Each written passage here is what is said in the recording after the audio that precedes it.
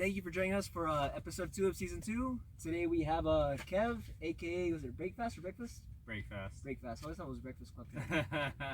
That's how the joke started with that Uh-huh. specifically. Yeah, and then they just changed it up to Brakefast because they're Brakefast. trying to relate something to cars, and I didn't think it was anything serious, but all the guys kept just doing it. So I was like, all right, fuck it. I guess that's what we are. But I mean, I guess you could say the Breakfast Club kind of sort of does relate to cars in a way. It does, yeah. I mean, especially for us since we like to run early in the morning, you know, versus most people who like to go at night. But yeah. All right. So that's part of the intro. Damn, you jumped on a question. Yeah. So, what's your background? How did you get into this? So I actually have always been into cars since about like 96, 97. Okay. But I never did any of this. I never did spirited driving. I never did track driving. I never did toge driving. None of that. That all happened mid 2019. So just about 2 years ago. Oh, no way. Yeah, I started getting into this, and I guess the reason why I started doing it was prior I used to ride sport bikes. So I've been up to GMR and a bunch of the local canyons and kind of just rode and then did track riding. So it kind of just made sense for me to start doing it once I got this car. All right. That's a weird transition from bikes to cars, though. Yeah. How was that? Well, knowing the road and just knowing where the turns are and things like that, like definitely helpful. But as far as just knowledge about setup and what certain parts do for cars, it was definitely a learning process. I'm still learning, obviously, right now. A lot of people that I met and hung out with on the forums or through IG really are the ones that have kind of just been schooling me on everything, so to speak. Yeah. So, like heel toe driving, all that stuff like that. Things that I never really knew about or the purpose, and now just getting into it, I mean, it goes really deep, like this whole car scene, as far as just this aspect of it. Yeah, it's a giant rabbit hole. Yeah, for sure. So is that why I had a couple people ask you, have you learned your heel toe yet? Have I been what? Have you learned your heel toe yet? Yeah, people ask me about like red. I had like 3 questions about that. I was like, what does that even mean? Yeah, and it makes it fun, it just gets you more engaged with the driving, so to speak.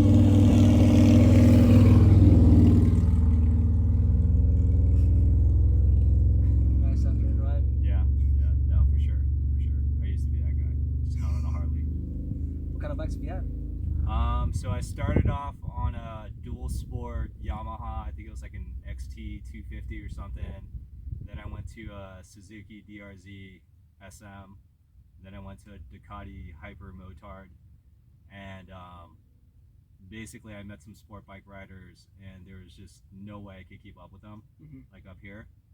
And over time they just convinced me, like, you got to get on a sports bike, which was obviously different from sitting upright versus being more low and tucked.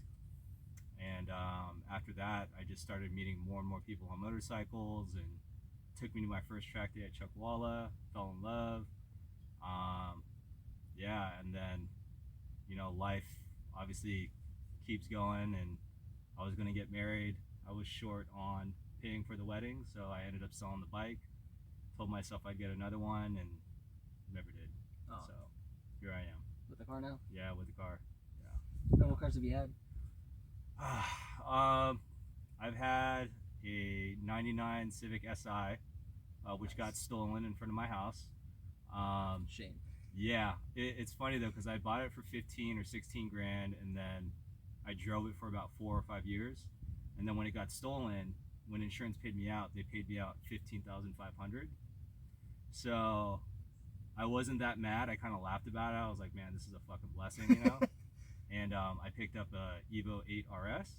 Sick. Yeah, and it's funny because I picked that up. I bought like APR front splitter, like all kinds of shit for it. But again, never tracked, never did any of that. I was basically like a poser, you know what I'm saying? Like, just super nice riced out car, obviously fully capable, but didn't do anything with it. And then I went to a BMW 335i, and then a Mazda Speed 3. What other cars have I had? BMW Z Coupe, How'd you like that actually? That one was nice. I had it all stanced out. I had it painted like Valencia orange, and Ooh. it was a nice car. And then I sold it to one of my partners in this business I had because I had my first kid. And then I got a 335i hybrid. That was a lemon. BMW bought it back. Went to an X5. Then I think I went to so this was around the time where I sold my bike. I picked up a Camaro SS 1LE, a 2015, Those are nice. and I bought it for the purpose of going to the track, hoping that I would meet people, you know, and I just didn't meet anybody for like a year or two, so I was like, you know what, fuck it, I'm gonna sell it. And then I ended up getting a project car. I got a Historical Blue E36 M3. It was a 4-door.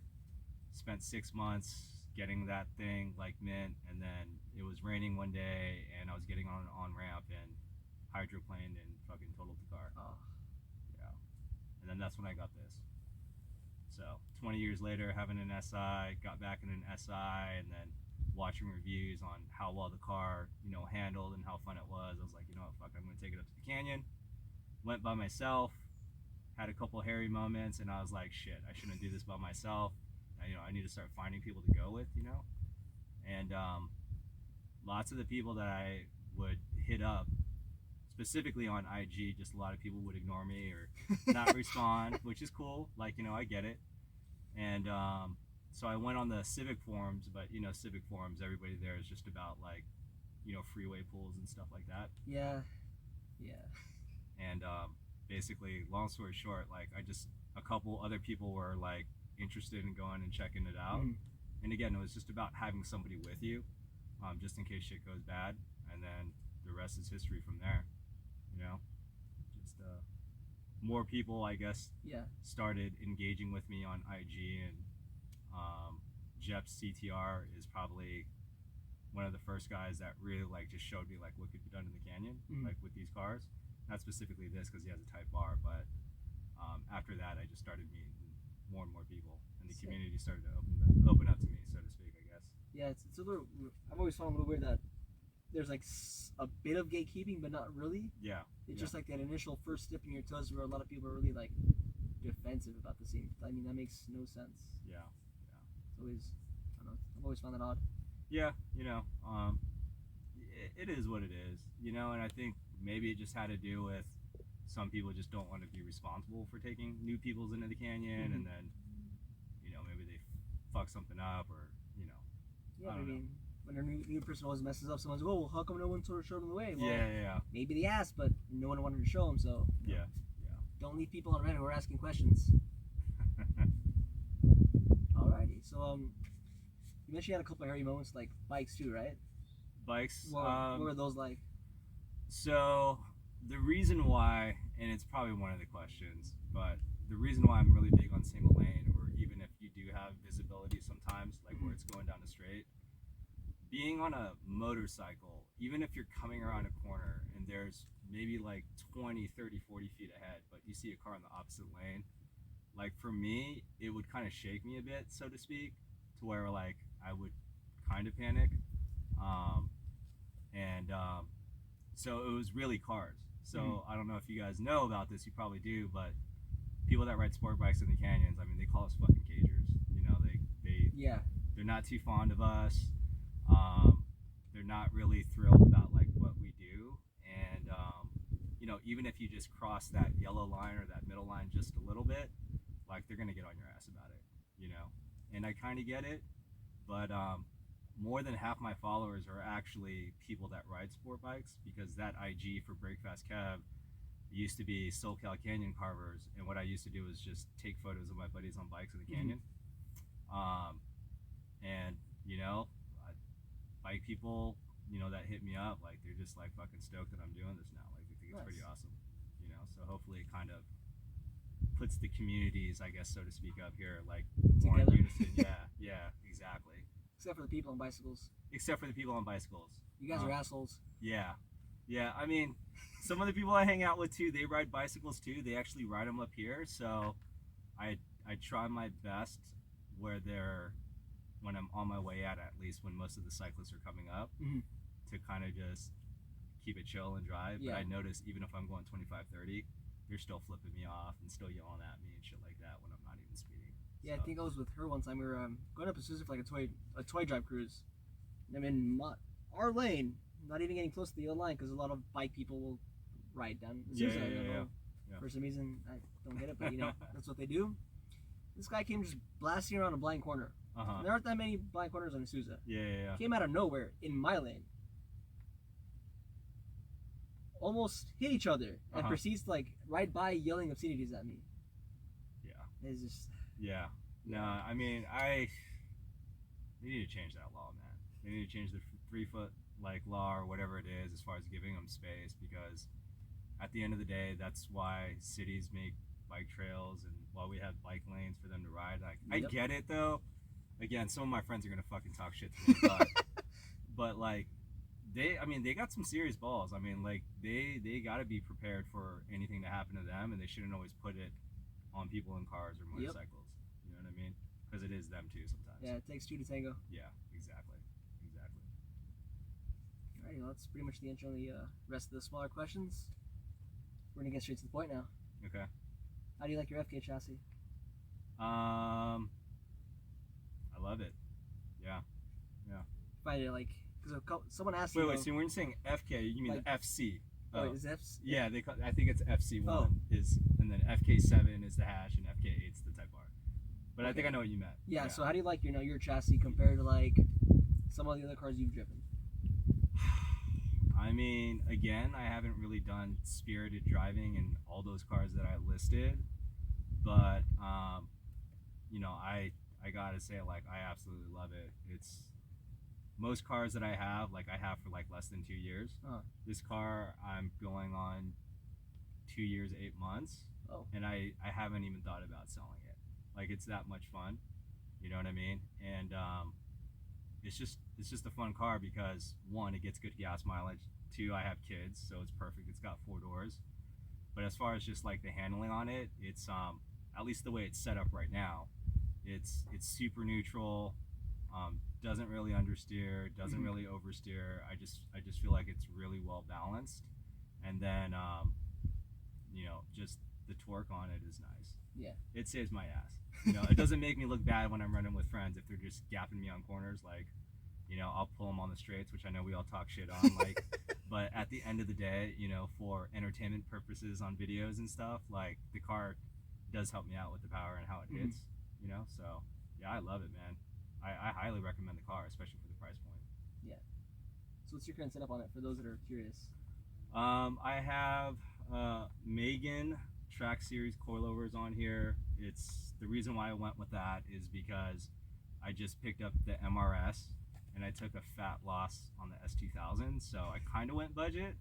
But the spring rates, I think in the front is 9K and the rear is 10K. That's not bad. Yeah, so I wanted everything else was like typically like 6K or 7K. So I went with those. I have the anti-lift kit from White Line, rear sway bar. I had a strut bar, but I ended up selling it because I didn't think I was going to track the car anymore.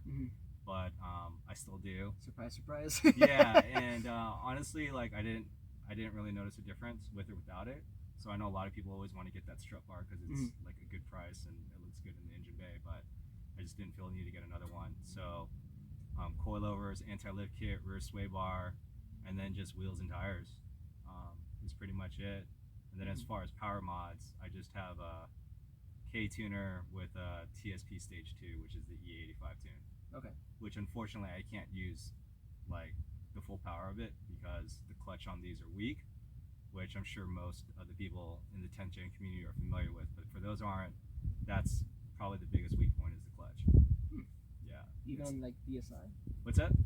Kevin, that's actually happened on the SI. Yeah, it slips. It'll slip in mainly third and fourth up here. If I bump it up. So with the tune that it's on, I just put it on map 2. It's like 240 with 260 foot-pound torque. Damn. Yeah, which is still good. Yeah, it's still good. This thing must move. Yeah. Jesus Christ. So, what do you feel are some like common mistakes people make up here, daytime, nighttime? So, daytime, I want to say I think more newer people like to go towards, during the day versus night. Nighttime probably just intimidating just because they don't know the road too much yet, whatever it may be. But daytime, I think number one is, again, going back to finding people to go with, and maybe we'll just hold that. Yeah.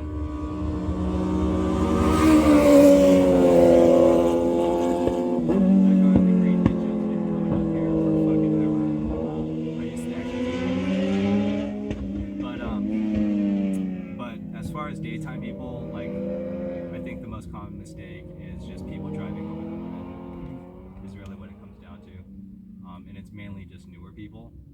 And then the other thing is just like, I guess, coming up by yourself, so to speak. I just find that like kind of dangerous, just trying to go up, figure out a road on your own, not really knowing the road. But I think that's just the biggest common mistake, is just people like egos or pride or whatever it may be. You know what I mean? And sometimes if a newer guy's following a guy that's more seasoned, so to speak, like, they're gonna do everything they can to keep up, which ultimately that always ends up. Yeah, true. Now, what would you say? It's something that we've seen a lot, or a little bit recently at night, where like not some people like not having the usual etiquette. What do you think about like that? People at, or, well, I guess that'd be more of a night question. Yeah, I mean, so here's the thing about the nighttime driving, and one of the reasons why I've kind of been hesitant. Like, first off, like, my vision is really bad at night, so that's one. So if I did come up, I'd have to come up with somebody that's, that could just lead for the most part. Yeah. But the whole single lane, double lane, whatever it may be. Obviously, the daytime, we know it's always single lane. But I think for nighttime, I think for the people that know what they're doing, double lane all day. But there's other people that, when they see that messaging and then they get up here and they think it's okay, and they can't really gauge headlights or certain corners on when they can't. I think that's when it can get somewhat bad.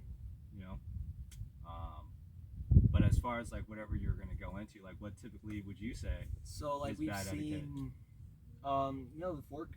Yeah. We've seen people just straight. Usually people slow down when they get to the fork because it's intersection. Yeah. And then as soon as they get past the fork, they get back on it. Yeah. But a little lately, we've had people just fly through the fork like no one's there. Yeah. With like a crowded fork. Yeah. It's a little dangerous, Yeah. They do that during the day too sometimes. In the morning when I'm up here, like, there's guys.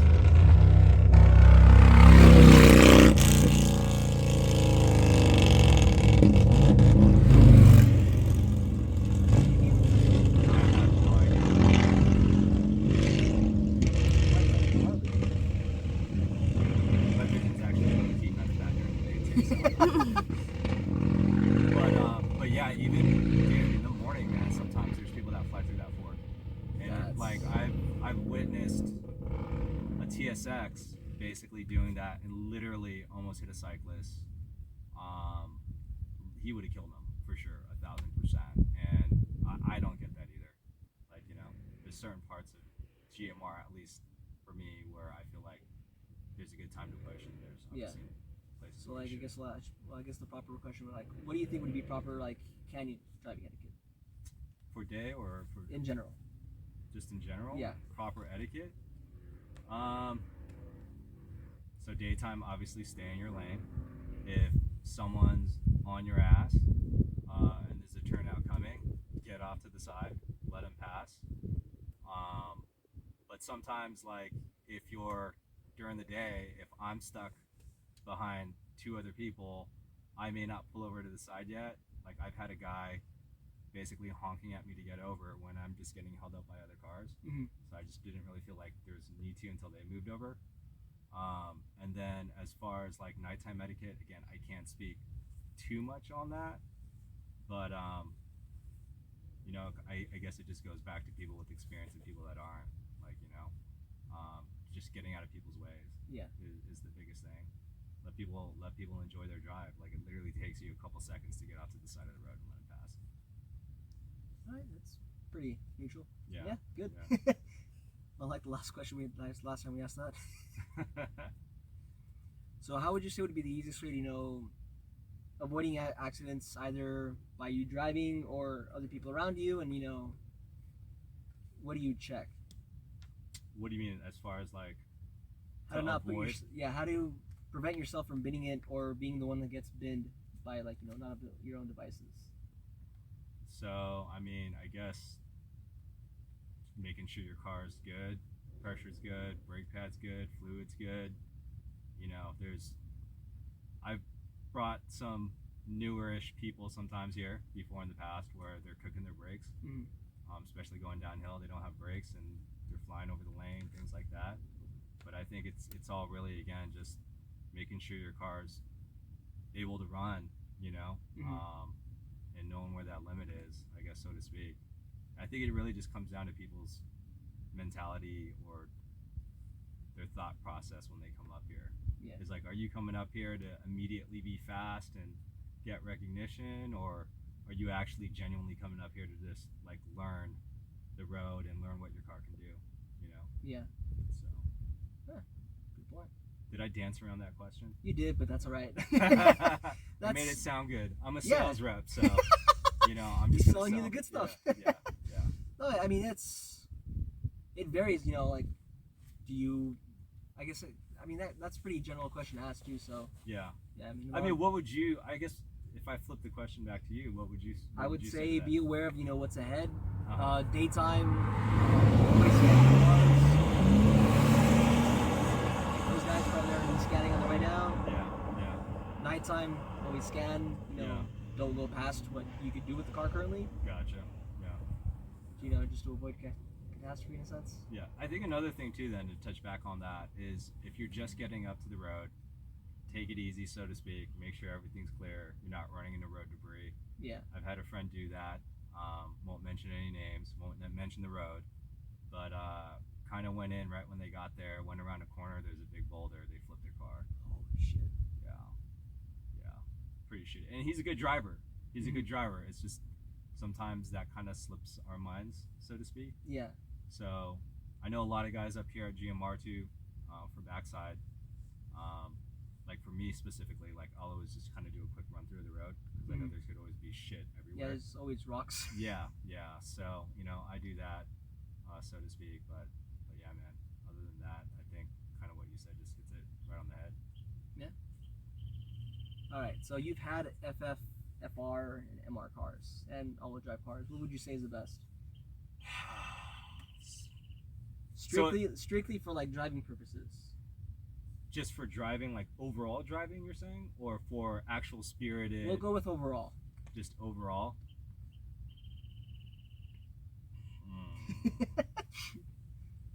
Man, even though I don't have that much experience with rear-wheel drive, I think a rear-wheel drive car overall long term is a car you will not get tired of. Why is that? Or why do you feel that is? Because there's definitely a different learning curve to that, which I learned, I don't want to say the hard way, but I realized as soon as I picked up that S2000, which I did bring up as one of my cars. But when I went from this to the S2000, you hear about snap oversteer and all this other shit, and then I felt like, all right, I can kind of figure it out. I'll take my time with it. But as I started pushing it more and more, I'm not gonna lie, I was feeling uneasy with the car. Yeah. Even at Button Willow, which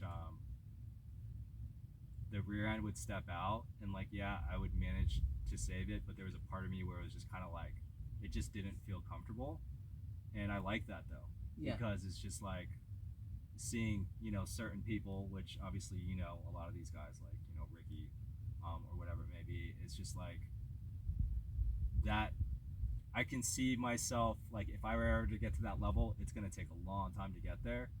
And, who doesn't love a challenge, right? Yeah. And I guess I'm leaning more towards the spirited end, but that's kind of more the purpose of why I like cars versus just driving them around day to day.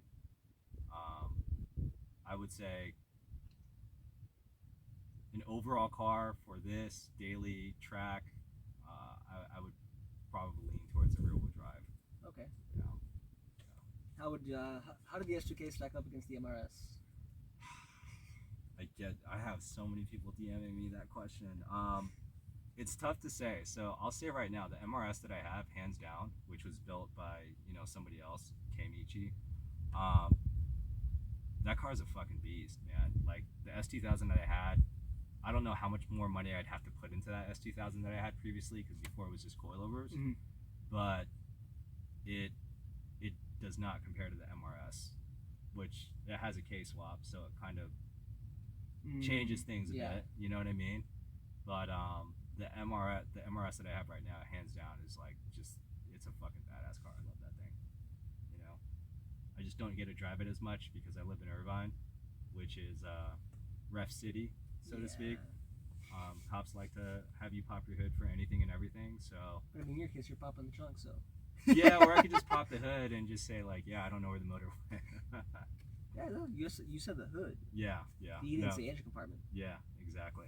Gotta get them on those technicalities. Yeah. Then they're gonna just think I'm being a dick, and then for sure, like, I'm gonna get fucked. So. But I mean, he did ask for the hood. Yeah. No, for sure. It happened in this car. Like, I mean. Really? Yeah. Biker cop made a U-turn. As soon as he pulled me over, I can't even remember if he even asked me for my license and registration. He just asked me if the car was illegally modded and for me to pop the hood. And I popped the hood, and there's nothing there, so he just let me go. Dirty engine base for the win. Yep, exactly. Exactly. So, who have been like the best people you've driven with? Here? Everywhere. Or on the track? Everywhere? Man, there's a lot of people.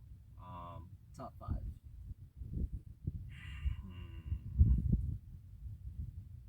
Jep CTR is definitely probably the very first one.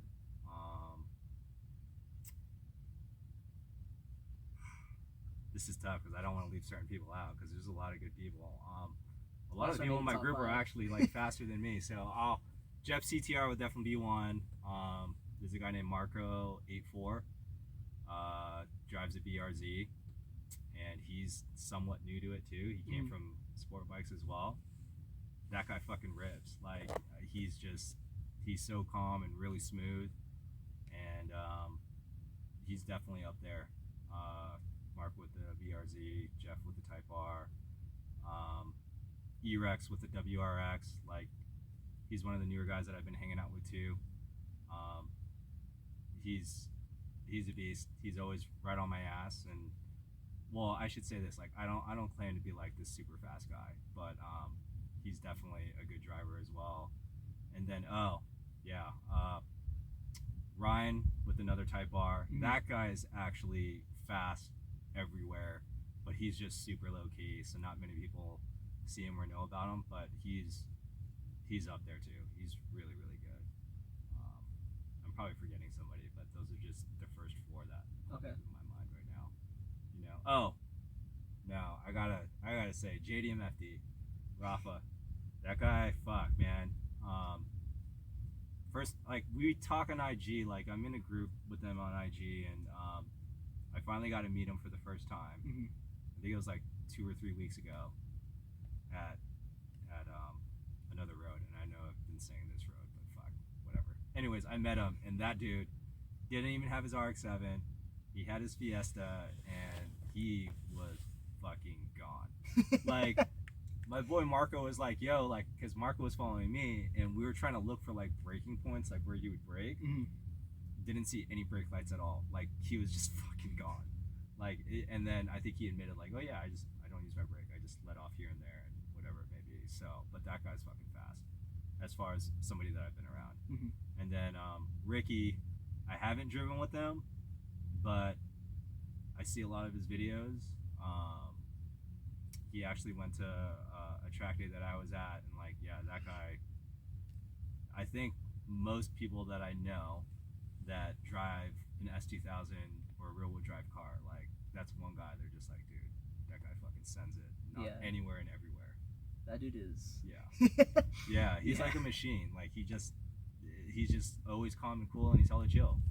And that's one of the things is, like, before, like I said, when I would kind of hit people up, seeing like if I could meet up or whatever, nobody would respond. I didn't really hit them up, you know, because I didn't really see much of them, because a lot of those guys, they stay on the low, right? Like, they don't post shit or anything like that. But when I did see these guys and what they were doing, I was just like, fuck, man,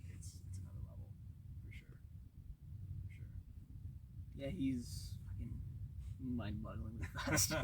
And he's super cool. So like when I talk to him, he's hella chill. Yeah. Like, they're all hella chill. Yeah, Which funny is things awesome. to be around too. Yeah. For sure. Yeah. All right. The road you met Rafa on. Yeah. Yeah, like 4 people ask. Thoughts on that road? It scares me because you know, like when I rode a bike, I rode fucking all kinds of canyons, even all the way down in San Diego, and that was one road that I went, I think 2 times prior till I met him. Mhm. But the 2 times that I went, one time I was in my wife's GTI. The second time I was in my Civic, but I had that Gretty lip, and it was just getting fucking destroyed. So I think I only did like 2 total runs, and then the third time when I went with this car, I didn't have a front lip, so I was like, all right, I'm going to give it a little bit more this time, and even giving a little bit more just didn't even compare to what you know, Rafa was putting down. So the road scared me, honestly. The road scared me. It was one of those things, like I said, sometimes you find faster guys and you're running with them and you want to try to keep up. It's not to show them up, like you're just trying to keep up so you can kind of get an idea of like corner speed, whatever it may be. And that road scared me because it's really fast in the middle, I guess, so to speak. Yeah. And it could be deceiving because you feel like you could take a corner at a certain speed, but you do definitely need to let off the gas or just tap the brake, whatever it may be. And then this bottom half, where you're going down, the bumps scare the shit out of me, so to speak, because it just feels like it's throwing my car's balance off while I'm turning, and I don't know if it's gonna hop and then just like understeer out or pull out. But at the same time, it's a challenging road, so I genuinely really like it. Like I want to make it at least an effort to be up there once a month. Okay. You know, to get more familiar with it. Yeah. It's definitely. I feel like that road has a really good mix of like all the elements that you want in a canyon. You know, good slow speed section, good medium speed, and a good high speed section. Yeah. Like Yeah, that's true. It mixes really well. Like I like the flow of the road. For sure. One thing though too also is that because I do follow some people that are always there, is you just see wrecked cars a lot. And I'm one of those guys that can get a little bit too into my mind, so to speak. So I kind of always have that in the back of my mind, like I don't want to be that guy, you know. And again, that just goes back to just checking yourself, like just knowing like where your limit's at, where you feel comfortable. Like as soon as I start feeling uneasy, I'll just start like not necessarily letting off, but just keeping pace at wherever I'm at. Okay. Versus pushing it. How do you feel like that road compares to the backside, which you drive like the most? My heart is with backside. It's probably the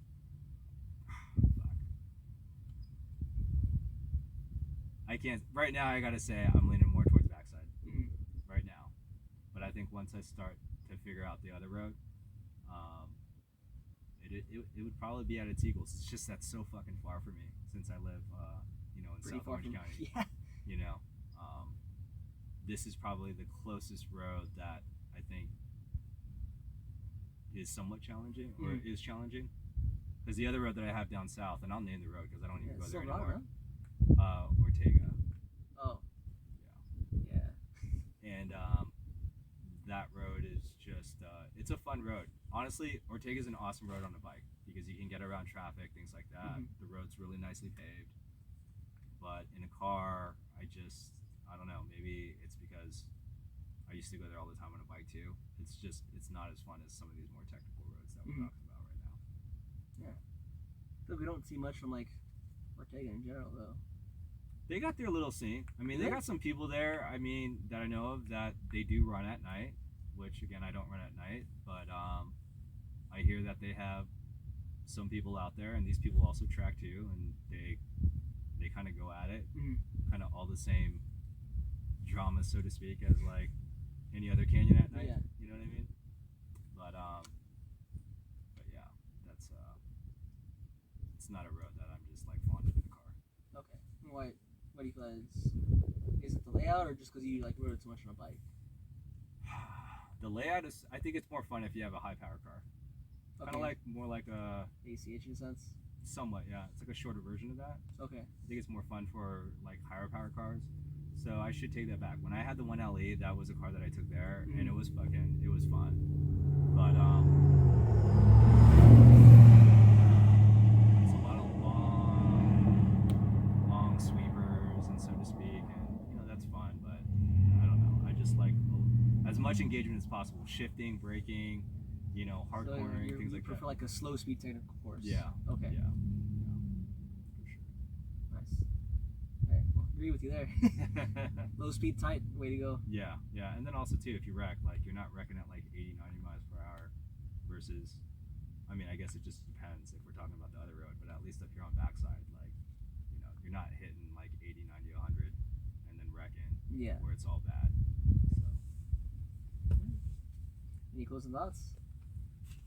No, man. I mean, I appreciate you guys having me here. I mean, one of the first things I thought, I know some of my boys really wanted me to come on here, but yeah, you came in with the most votes.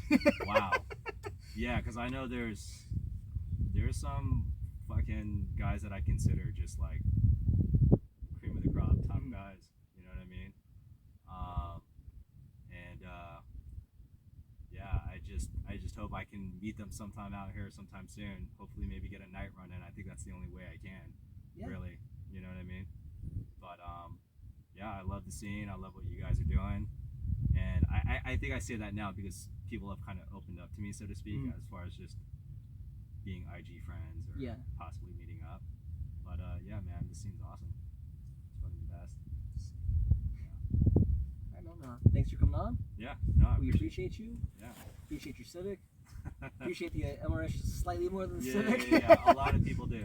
I was tempted to bring it out, but I was just like, oh fuck it, I don't want to get rolled driving out of my house. So. Yeah, well, maybe some other time we can meet up and see that thing. For sure. Sick, man. All right.